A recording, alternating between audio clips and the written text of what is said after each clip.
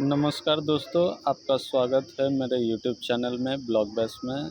आज हम बात करने वाले हैं जो बालासोर उड़ीसा में रेलवे एक्सीडेंट हुआ है, ट्रेन एक्सीडेंट, उसी के बारे में। तो ये हमारे सामने यशवंतपुर और कोरमंडल ट्रेन एक्सीडेंट का एक इमेज बनाया है हमने, जो बालासोर रेलवे स्टेशन का है। आप देख सकते हैं ये टोटल 4 लाइनें आपको दिख रही है, जिसमें से ये अप लूप लाइन है, अप मेन लाइन है, डाउन मेन लाइन है और ये डाउन लूप लाइन है। किसी भी स्टेशन का जो छोटा से छोटा कोई भी स्टेशन हो, जहाँ पे मालगाड़ी या कोई गाड़ी को रोक करके अगले ट्रेन को पास करने के लिए किया जाता है, उस स्टेशन का ये व्यू है। और ये हमारे बालासोर रेलवे स्टेशन है। आप देख सकते हैं इसमें जो कोरोमंडल एक्सप्रेस थी वो चेन्नई एमजीआर चेन्नई सेंट्रल को जाने वाली थी, जो शालीमार से चली थी। और ये कोरोमंडल एक्सप्रेस जिसका ट्रेन नंबर 12841 था। और उधर से यशवंतपुर 12864 यशवंतपुर हावड़ा एक्सप्रेस जो थी वो आ रही थी। तो इसी के बारे में बात करते हैं। सबसे पहले हम स्टेशन के व्यू को समझने की कोशिश करते हैं कि आखिर स्टेशन का अरेंजमेंट कैसे होता है। तो आप यहाँ देख सकते हैं, यहाँ पे हमारा बेसिकली 4 लाइन दिख रही है। Up loop line, down loop line जो स्टेबल के लिए होती है बेसिकली, ठीक है। उसके बाद 2 मेन लाइन है, अप मेन लाइन और डाउन मेन लाइन। तो यहाँ आप देख सकते हैं, अब ये डायरेक्शन हमारा डाउन डायरेक्शन है, जो ये डायरेक्शन शो कर रहा है, और अप डायरेक्शन का ये डायरेक्शन शो कर रहा है, ठीक है। और इसके सिग्नलिंग अरेंजमेंट के बारे में अब हम समझेंगे कि कोई भी स्टेशन पे गाड़ी खड़ी होने के लिए, गाड़ी को रुकने के लिए और गाड़ी को रिसीव करने के लिए और गाड़ी के डिपार्चर के लिए कौन कौन से बेसिकली सिग्नल लगे होते हैं। तो जैसे ही कोई भी ट्रेन ब्लॉक सेक्शन से बढ़कर स्टेशन में आने वाली होती है, या तो वह स्टेशन से थ्रू निकल जाती है, या मेन लाइन के स्टार्टर पे रुकती है, या लूप लाइन के स्टार्टर पे रुकती है, या लूप लाइन से होकर जाती है, या मेन लाइन से थ्रू होकर जाती है। तो वहाँ पे हमको बेसिकली सिग्नल, होम सिग्नल दिखाई देते हैं। होम सिग्नल या इंटरमीडिएट होम सिग्नल, 2 तरह के होम सिग्नल। अगर लूप लाइन ज़्यादा होती है तो वहाँ पे इंटरमीडिएट होम सिग्नल लगाया जाता है। फिर आप देख सकते हैं लूप लाइन का स्टार्टर। लूप लाइन के स्टार्टर में 2 ही सिग्नल होते हैं, रेड और येलो। लूप लाइन के स्टार्टर में कभी भी ग्रीन सिग्नल नहीं दिया जाता है, क्योंकि लूप लाइन में स्पीड जो होती है वो कम होती है, अप्रोक्सीमेट 15 kmph, 30 kmph, 45 kmph। और जो स्टार्टर सिग्नल होते हैं उसमें 3 सिग्नल होते हैं। अगर ऑटोमेटिक सिग्नलिंग सेक्शन है तो टोटल 4 सिग्नल होंगे, single yellow, double yellow, green और रेड। और एब्सोल्यूट ब्लॉक सिस्टम में 3 ही सिग्नल होते हैं, 3 या 4 सिग्नल हो सकते हैं, यहाँ 4 ही सिग्नल होते हैं। तो अब हम समझने की कोशिश करते हैं कि पहले से एक मालगाड़ी इस डाउन लूप लाइन में स्टेबल थी। पहले से हमारी एक मालगाड़ी यहाँ स्टेबल थी, और कोरोमंडल एक्सप्रेस जो कि बालासोर रेलवे स्टेशन पे रुकने वाली नहीं थी, ये इस स्टेशन से थ्रू निकलने वाली गाड़ी थी। यहाँ इसका स्टॉपेज नहीं था। अब इसमें जानकारी यही मिल रही है कि सिग्नल तो लोको पायलट को ग्रीन मिला, सिग्नल इसको ग्रीन मिला, और ग्रीन सिग्नल का अर्थ है कि ये जो कोरोमंडल एक्सप्रेस है हमारा, वो थ्रू इस स्टेशन से होके निकल जाएगी, इस स्टेशन से थ्रू निकल जाएगी। लेकिन क्या हुआ कि सिग्नल तो ग्रीन दी गई, लेकिन इसमें पॉइंट जो है लूप लाइन के लिए सेट थी। अब ये सिस्टम का फेलियर ही मानिए कि ऐसा कभी होता नहीं है, क्योंकि अगर ट्रेन लूप लाइन के लिए जो पॉइंट है लूप लाइन के लिए सेट होगी तो वहाँ पर सिंगल येलो होगा और सिंगल येलो के साथ साथ रूट इंडिकेटर जलेंगे। रूट इंडिकेटर में बेसिकली 5 वाइट लाइट जलती है, जिसमें से अगर 3 जल रही है कम से कम तो ये सिग्नल सही माना जाता है। तो रूट इंडिकेटर और सिंगल येलो ये जलेगी तब वो लूप लाइन में जाएगी। और चूँकि पहले से स्टेबल है एक ट्रेन, तो इसको मेन लाइन का ही सिग्नल दिया जाएगा जो कि ग्रीन दिया जाएगा। लूप लाइन का सिग्नल कभी नहीं दिया जाएगा, क्योंकि वो सिग्नल बनेगा ही नहीं रूट के लिए। लूप लाइन के रूट के लिए कभी भी सिग्नल नहीं बनेगा, क्योंकि ये पहले से ट्रेन एक स्टेबल है लूप लाइन में हमारा।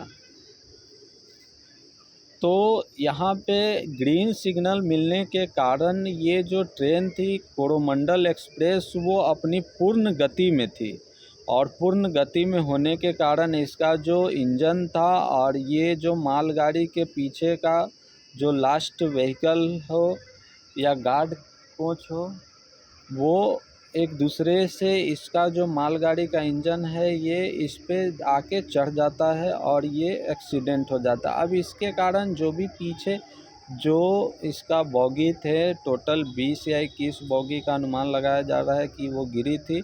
तो वो एक्सीडेंट होने के बाद इसकी कुछ कोचेज इस लाइन पर अप मेन लाइन पे आके गिर गई, और अप मेन लाइन पे आके गिरने के कारण उसी समय 12/864 यशवंतपुर हावड़ा एक्सप्रेस जो कि अपनी पूर्ण गति पर थी, वो भी उसी समय अप मेन लाइन से जा रही थी। और जाने के बाद इसके डिब्बे जो थे इस लाइन पे आ चुके थे। तो इस लाइन पे आने के कारण ये भी ट्रेन का डिरेलमेंट हो गया, एक्सीडेंट हो गया। तो बेसिकली यही मेन रीज़न है इस एक्सीडेंट के बारे में।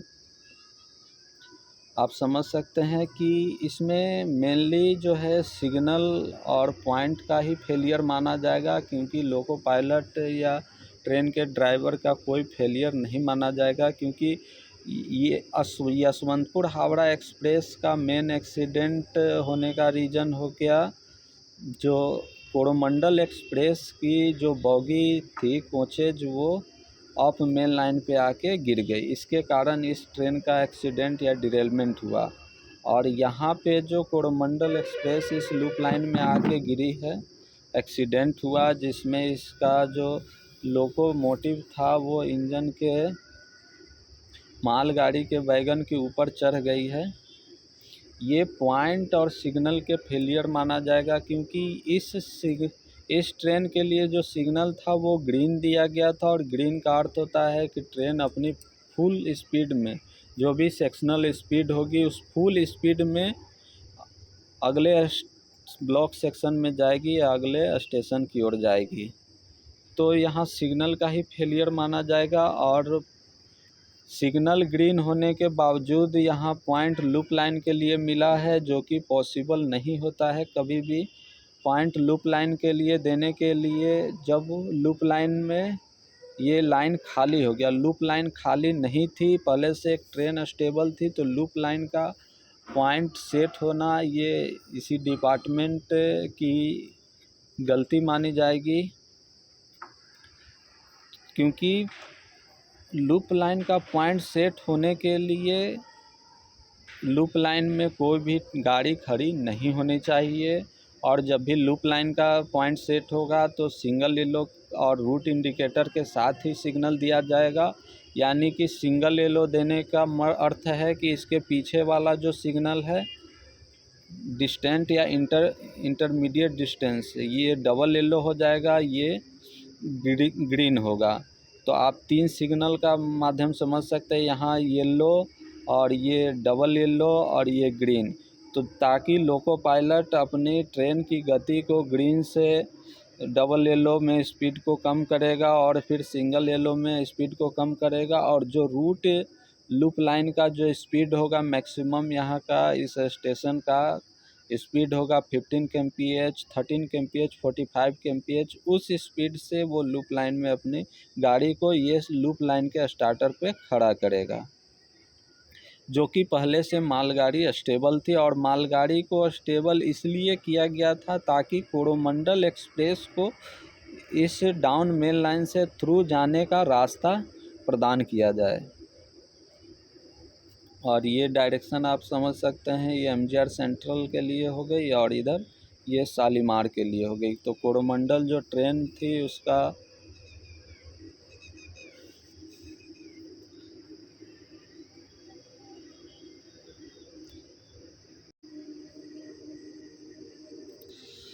फिर से आप एक बार हम रिकॉल करते हैं अपने वीडियो को। आप देख सकते हैं ये हमारा शालीमार जाने के लिए जो हावड़ा वेस्ट बंगाल में है, और ये एमजीआर चेन्नई सेंट्रल एमएएस ये तमिलनाडु जाने के लिए है। ये हमारा दो मेन लाइन है, एक डाउन मेन लाइन है और ये डाउन लूप लाइन है, और इसी तरह ये अप लूप लाइन है और ये हमारा अप मेन लाइन है। बेसिकली किसी भी स्टेशन का ये 4 लाइन होता है। अब ये 2 मेन लाइन होती है। लूप लाइन इसलिए बनाया जाता है कि किसी भी ट्रेन को प्रेफरेंस देने के लिए कोई भी ट्रेन को लूप लाइन में खड़े करके, और जो मेन लाइन जो ट्रेन को प्रेफरेंस देना है उसको आगे निकालने के लिए मेन लाइन से निकाला जाता है। अब हम किसी भी स्टेशन के सिग्नलिंग अरेंजमेंट को समझते हैं। इसको हम थोड़ा पीछे, इस लाइन को थोड़ा पीछे खींच के ले जाते हैं। तो यहाँ पे होम सिग्नल है। इससे पहले एक सिग्नल जो लगा होगा वो डबल डिस्टेंट और ये डिस्टेंट, ये 2 सिग्नल लगे होंगे, और इधर ये ब्लॉक सेक्शन होगा। तो लूप लाइन में पहले एक मालगाड़ी जो है लूप लाइन में आके स्टेबल होती है। लूप लाइन में स्टेबल होने के लिए उसको यहाँ पे ग्रीन सिग्नल, यहाँ डबल येलो, और यहाँ पे yellow with route indicator, yellow with route indicator के साथ वो ट्रेन स्टेबल होती है। उसके बाद 12,841 कोरोमंडल एक्सप्रेस जो शालीमार से होके आ रही थी, बालासोर में उसको ग्रीन सिग्नल दिया जाता है, जो कि यहाँ भी ग्रीन सिग्नल, यहाँ भी ग्रीन सिग्नल, और ये सिग्नल जो है हमारा होम या इंटरमीडिएट होम सिग्नल, इसको भी ग्रीन दिया जाता है। ग्रीन सिग्नल का अर्थ होता है कि ट्रेन अपनी मैक्सिमम गति से किसी भी स्टेशन से निकलेगी। तो मैक्सिमम स्पीड से निकलती है, जो भी उस सेक्शन का स्पीड हो, 120 kmph, 150, 100 kmph जो भी हो। तो चूँकि ये ग्रीन सिग्नल दिया गया तो लोको पायलट अपने ट्रेन को पूर्ण गति में किए हुए थे। और चूँकि ग्रीन सिग्नल दिया गया लेकिन पॉइंट जो है लूप लाइन के लिए सेट किया गया, जो कि ये एक फेलियर माना जाएगा। क्योंकि अगर पॉइंट लूप लाइन के लिए सेट होता है तो वहाँ पे जो होम सिग्नल है उसको single yellow with route indicator सफ़ेद बत्ती जलती है, जो कि मैक्सिमम 5 बत्ती होती है, और अगर 3 जल रही है तो वो सिग्नल सही माना जाता है। तो रूट इंडिकेटर देने के लिए चूँकि पॉइंट ये लूप लाइन का सेट होने के लिए लूप लाइन खाली होनी चाहिए। जो डाउन लूप लाइन है इसमें मालगाड़ी स्टेबल थी, तो पॉइंट सेट होना ये डिपार्टमेंट की गलती मानी जाएगी, ये फेलियर माना जाएगा कि यहाँ पॉइंट सेट हो गया। और चूँकि ये जो कोरोमंडल एक्सप्रेस थी अपनी पूर्ण गति में थी, तो इसकी जो मालगाड़ी, इस कोरोमंडल एक्सप्रेस का जो इंजन था वो स्टेबल मालगाड़ी के ऊपर चढ़ जाती है, और इसके कारण जो इसके कोचेज थे वो कुछ अपलाइन में आके डिरेल हो जाते हैं।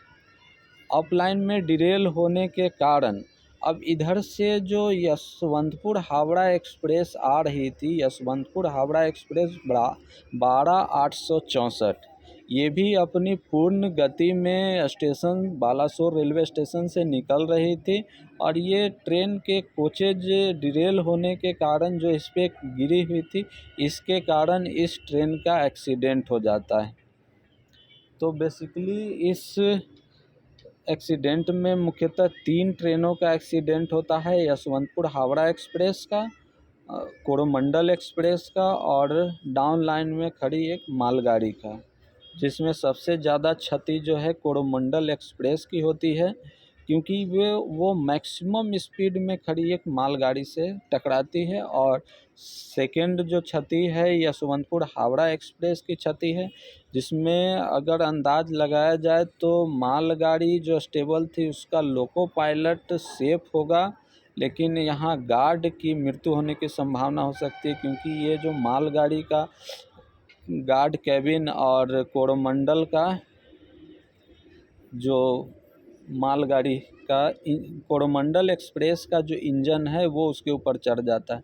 तो इस ड्राइवर और गार्ड के क्षति या दुर्घटनाग्रस्त घायल होने या मृत्यु होने की संभावना हो सकती है। और यशवंतपुर हावड़ा एक्सप्रेस के ड्राइवर के घायल होने की संभावना हो सकती है। इसके यशवंतपुर हावड़ा एक्सप्रेस के गार्ड के सुरक्षित होने की संभावना हो सकती है।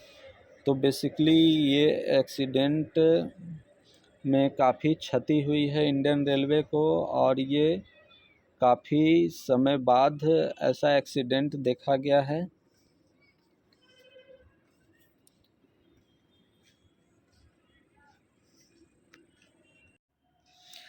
तो आप देख सकते हैं ये दुर्घटना की कुछ तस्वीरें हैं जो आपके साथ हम शेयर कर रहे हैं।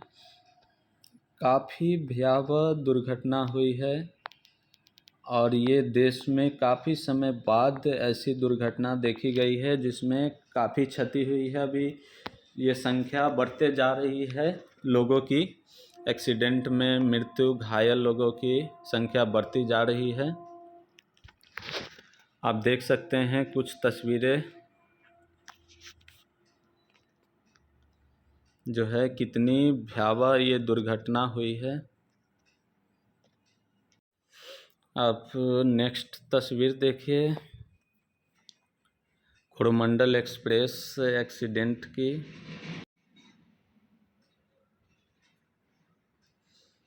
आप देख सकते हैं कितना ये भयावह एक्सीडेंट हुआ है, मानव जनहानि की क्षति हुई है।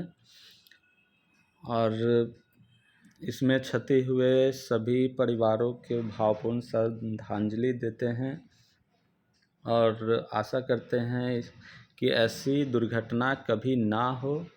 और रेलवे अधिकारियों को इस दुर्घटना से सीख लेनी चाहिए कि ऐसी दुर्घटना फ्यूचर में कभी ना हो। उनको इससे सीख लेनी चाहिए कि ऐसी दुर्घटना फ्यूचर में कभी ना हो और सुरक्षा के मामले में कोई भी अनदेखी ना की जाए, सतर्कता से ट्रेन का संचालन किया जाए। और जो भी सुरक्षा के पोस्ट खाली हैं रेलवे डिपार्टमेंट में उसको जल्द से जल्द भरा जाए, ताकि जो कर्मी हैं रेल कर्मचारी वो अपने जिम्मेवारी को सही से कार्य करें।